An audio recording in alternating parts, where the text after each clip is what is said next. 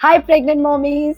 Welcome to the third trimester, that is 7th, 8th, 9th month, last तिमाही। ये वाली जो तिमाही है ये थोड़ी सी मुश्किल होती है क्योंकि इसमें जो बेबी का वेट है वो बढ़ जाता है। तो सारे जो प्रेगनेंसी रिलेटेड पेन है, घबराहट है, जो रिगर्जिटेशन है, एसिडिटी है, ये सब कुछ बढ़ जाते हैं। इसीलिए 7th, 8th, 9th मंथ में आपको अपनों का साथ, हस्बैंड का साथ, डॉक्टर का साथ, तीनों का साथ, संभाल, सपोर्ट बहुत ज्यादा चाहिए।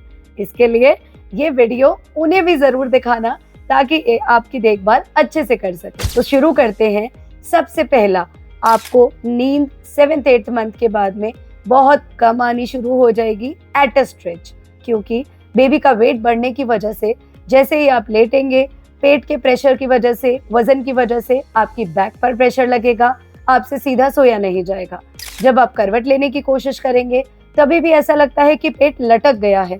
इसीलिए स्लीपिंग पोजीशंस पर मैंने जो लॉन्ग वीडियो डाला है कि आपको 7th, 8th मंथ में अपने माथे के पीछे और जो अपर बैक का हिस्सा है उसके पीछे पिलो लगा करके सोना है। आपको स्ट्रेट नहीं सोना, आपको इस तरह से सोना है ताकि आपके जो ऊपर के हिस्सा है वो थोड़ा ऊंचा रहेगा, तो आपको सांस आराम से आएगा, आपको रिगर्जिटेशन मतलब एसिड रिफ्लेक्स कम होगा। नहीं तो पूरे टाइम ऐसा लगता है कि मुंह में एसिड आ गया, जलन हो रही है, आपको सांस नहीं आती। तो आपको स्लीपिंग पोजीशन सबसे इम्पोर्टेंटली ढंग से बनानी पड़ेगी। बड़े बड़े सॉफ्ट पिलोज बनवा लीजिए, आपके दोनों तरफ आजू बाजू वो पिलोज रखिए ताकि अगर आप लेफ्ट करवट सोएं या राइट करवट सोएं, आपके पेट को पिलो का सपोर्ट मिलेगा, तो आपको नींद थोड़ी अच्छी आएगी। शाम को 7-8 बजे के बाद फिर से जैसे मैं कहती हूँ, पानी थोड़ा कम पीना है, नहीं तो रात भर 2-2, 3-3 घंटे में टॉयलेट के चक्कर लगाने पड़ते हैं, क्योंकि बढ़े हुए बेबी का जो प्रेशर होता है वो ब्लैडर पे लगता है, जिसकी वजह से ब्लैडर बार बार पिचकता है और हमें बार बार यूरिन का अर्ज होता है। इसीलिए सीधे सोने की बजाय करवट लेके सोइए। वैसे लेफ्ट लेटरल पोजीशन बेस्ट होती है, लेकिन यदि लेफ्ट लेटरल नहीं सोया जाता, राइट करवट भी आप सो सकते हैं। आपको अच्छे गद्दे पे अपना मैट्रेस हमेशा चेक कराइए। मैट्रेस झूला हुआ नहीं होना चाहिए, बहुत सख्त नहीं होना चाहिए, थोड़ा सॉफ्ट गद्देदार मैट्रेस होना चाहिए ताकि आपकी कमर को सपोर्ट मिल सके, आपको उठने बैठने में भी आसानी रहे। साथ में ध्यान रखना है, यदि आपका बेड थोड़ा ऊंचा है तो आपको एक बढ़िया फुटस्टेप हमेशा इस तरह का होना चाहिए कि आपके पैर रखते ही फिसले नहीं, हल्के वजन का नहीं होना चाहिए। थोड़ा भारी फुटस्टेप रखिए ताकि उठने बैठने में, बेड से उतरने चढ़ने में भी आपको सहायता मिले। यही फुटस्टेप जब आप बैठे तो पैरों के नीचे लगा लें ताकि पैर लटके हुए नहीं रहेंगे, तो जो स्वेलिंग है वो भी कम होगी, क्योंकि 9 मंथ के अंदर आपके पैरों की स्वेलिंग, हाथों की स्वेलिंग, सुबह सुबह जब उठेंगे तो मुंह पर भी स्वेलिंग बढ़ी हुई मिलेगी, कपड़े टाइट होना जल्दी शुरू हो जाएंगे। तो आपको बिल्कुल इजी कॉटन क्लोथ्स, जो अच्छे मैटरनिटी वेयर हैं, वो खरीदने हैं, लूज कपड़े पहनने हैं ताकि आपको स्वेलिंग की दिक्कत नहीं होगी। जो स्किन पे जलन, लाल दाने, खुजली, स्ट्रेच मार्क्स 9th मंथ में बहुत ज्यादा बढ़ जाते हैं, क्योंकि स्किन की स्ट्रेचिंग होती है, पूरे टाइम इचिंग होती रहती है, जलन होती रहती है, वो भी यदि कॉटन के सॉफ्ट लूज क्लोथ्स पहनेंगे तो नहीं होगी। साथ साथ में पूरी बॉडी के मॉइस्चराइजिंग का ध्यान रखना है, क्योंकि इस समय पर जो आपकी स्किन है वो ड्राई हो जाती है। साथ में जब स्ट्रेचिंग होती है तो स्ट्रेच मार्क्स की वजह से रात में, दिन में, पूरे टाइम आपको खुजली आती है। तो आपको नारियल का तेल कपूर लगा के, अच्छा मॉइस्चराइजिंग लोशन, आपको एलोए वेरा जेल लगाना है, आइस पैक्स लगाने हैं, लैक्टोकैलामाइन लोशन भी आप यूज कर सकते हैं। कई बार बहुत देर तक जब हम खड़े होते हैं तो पोस्चरल हाइपोटेंशन होता है, आपको चक्कर की समस्या 9 मंथ में आ सकती है, क्योंकि सडनली जैसे ही हम खड़े होते हैं हमारा जो पोस्चरल हाइपोटेंशन है, बीपी जो है वो गिरता है, क्योंकि जो ब्लड सप्लाई है ब्रेन को इमीडिएटली नहीं आ पाती, और साथ साथ में क्योंकि पेट का प्रेशर बढ़ गया तो भी ब्लड सप्लाई ब्रेन को कम जाती है, पैरों के अंदर इकट्ठी हो जाती है। तो आपको थोड़ी देर बेड के ऊपर बैठना है, फिर खड़े होना है, फिर चलना है। इमीडिएटली अगर नींद से खड़े होके आप तुरंत ही वॉशरूम चले गए तो कई बार ब्लैकआउट हो जाता है, चक्कर आ जाता है आपको। इसके अलावा आपको बार बार बैठते रहना है, किचन में भी बैठना है। अब 8th मंथ के अंदर आपको अपनी रूटीन एक्सरसाइजेस चालू करनी है। सुबह शाम वॉक करना है। जो एक लॉन्ग वीडियो मैंने एक्सरसाइजेस पे डाला है, आपको मॉर्निंग और इवनिंग 15-20 मिनट की एक्सरसाइज ज़रूर करनी है। डाइट के अंदर आपको पानी खूब लेना है, आपको लिक्विड्स, नारियल पानी, नींबू शिकंजी, छाछ, ये सभी चीज़ें लेनी है। घर वाले बहुत ज़्यादा फोर्स करते हैं इस टाइम पर घी बढ़ाने के लिए डाइट में, तो आप अपना रूटीन घी ले सकते हैं। अत्यधिक घी लेने की ज़रूरत नहीं, या दूध में घी पीने की भी ज़रूरत नहीं है। अदरवाइज वेट गेन बहुत ज़्यादा बढ़ जाएगा, बीपी बढ़ने का डर रहता है, शुगर बढ़ने का डर रहता है।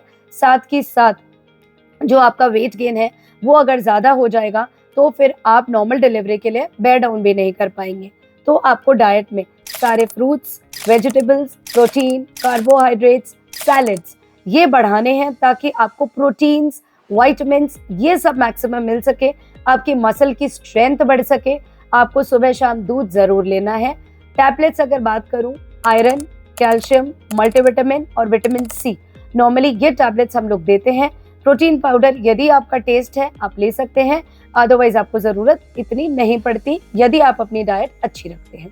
थायराइड आपको है वो कंटिन्यू रखना है। अगर थायराइड कराए हुए बहुत टाइम हो गया, रिपीट करा लीजिए। शुगर कंट्रोल में लीजिए। अगर आपकी बीपी की फैमिली हिस्ट्री है तो ब्लड प्रेशर हर 15 दिन से आपको नपाना है। आपको अपने बेबी की मूवमेंट्स का ध्यान रखना है। पूरे दिन में 8 से 10 मूवमेंट होने चाहिए। अगर आपको थोड़े टाइम के लिए 3-4 घंटे के लिए मूवमेंट नहीं फील हो रहे तो फिर आप मेरा वीडियो कि मूवमेंट्स किस तरह से बढ़ाए जाएं वो देख सकते हैं। अदरवाइज पेट पर टैप कीजिए, कुछ मीठी चीज़ें खाइए, थोड़ा रेस्ट करके मेडिटेट करके देखिए कि मूवमेंट हो रहा है कि नहीं। फिर भी नहीं होता, डॉक्टर के पास जाना है। अब आती है बारी मेडिसिन की। अगर आपकी ब्लड प्रेशर की दवाई चलती है तो वो भी आपको ज़रूर लेनी है। इसमें बिल्कुल भी लापरवाही नहीं करनी, नहीं तो आपको दिक्कत आ सकती है। आपको हेडेक का, अगर ऊपरी हिस्से में दर्द है उसका, अगर भूख बिल्कुल कम हो गई है, चक्कर बहुत ज़्यादा हो गए हैं, नींद बिल्कुल कम आने लग गई है, ये डेंजर साइन है जिनका ध्यान रखकर तुरंत डॉक्टर के पास जाना है। इन्वेस्टिगेशंस, अगर आपको 1.5-2 महीने हो गए हैं, आपने अपना हीमोग्लोबिन, शुगर ये नहीं नप पाया, तो आप अपना सीबीसी, शुगर, आपका एलएफटी, क्योंकि जो 8th-9th मंथ में कोलेस्टेसिस होता है, आपको खुजली होती है लिवर एंजाइम बढ़ने की वजह से, वो आपको ज़रूर कराना है। थायराइड अगर आपको 2 महीने हो चुके तो अपना टीएसएच भी ज़रूर कराइए। ब्लड प्रेशर रेगुलरली दिखवाते रहिए। यूरिन एल्ब्यूमिन शुगर एक इम्पॉर्टेंट टेस्ट है यूरिन का, जिसमें आपको अगर एल्ब्यूमिन पॉजिटिव आने लगता है तो इंडिकेटर होता है कि आपका ब्लड प्रेशर बढ़ सकता है, तो आप यूरिन एल्ब्यूमिन शुगर भी आराम से करवा सकते हैं। फास्टिंग शुगर कराइए। रिस्क लग रहा है तो पीपी शुगर खाने के 2 घंटे के बाद भी अपना शुगर कराइए। 3 महीने का जो HbA1c शुगर लेवल है वो भी आप करा सकते हैं। अगर आपका सोनोग्राफी 5th मंथ में हुआ था तो अब टाइम आ गया है ग्रोथ स्कैन देखने का। 7th मंथ के आसपास में हम नॉर्मली अल्ट्रासाउंड करा के बेबी का वजन, उसके चारों तरफ का पानी, कोई आंवल का नाल तो नहीं गले के चारों तरफ, ये नॉर्मली देखते हैं। और एक अल्ट्रासाउंड फाइनली 9 मंथ के लास्ट में होता है।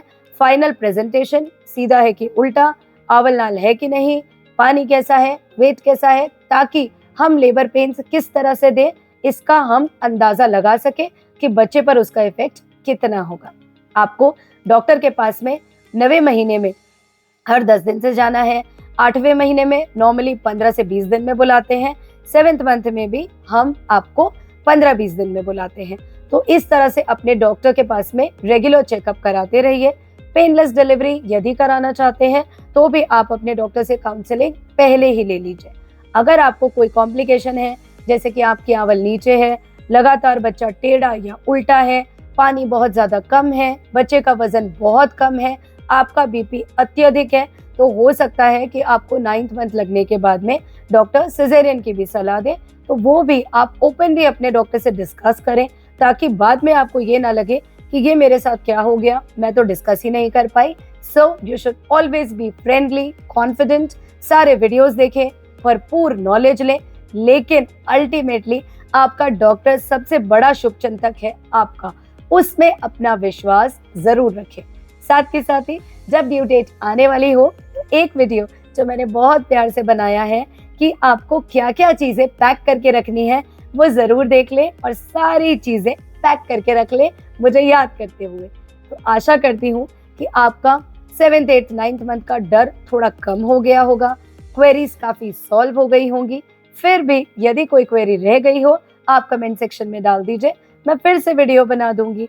और हाँ, यदि आपकी नींद उड़ गई है तो वापस लाने के लिए भी मैंने एक वीडियो डाल रखा है, क्योंकि 9 मंथ में नींद नहीं आना सबसे कॉमन कंप्लेन है। लेकिन अच्छा म्यूजिक सुनिए, मेडिटेट कीजिए, स्टोरी बुक पढ़िए, उससे आपको बहुत अच्छी नींद आएगी, आप रिलैक्स रहेंगे। मोबाइल 9-10 बजे के बाद में अपने से दूर कर दीजिए, क्योंकि हम लगातार मोबाइल देखते रहते हैं, ब्रेन एक्टिव रहता है, तो हमें टाइम पर नींद नहीं आती। इसलिए अपना ध्यान रखिए, बेबी का ध्यान रखिए और अपने इस सफर को खूब एंजॉय कीजिए। वार्निंग साइंस, आपको हॉस्पिटल कब जाना है, कैसे पता चलेगा कि लेबर पेन आ गया है, इस पर मैंने वीडियो ऑलरेडी डाल रखा है, वो आप अलग से देख लीजिए कि हॉस्पिटल जाने की तैयारी कब कैसे करनी है। Stay tuned, love you all, take care.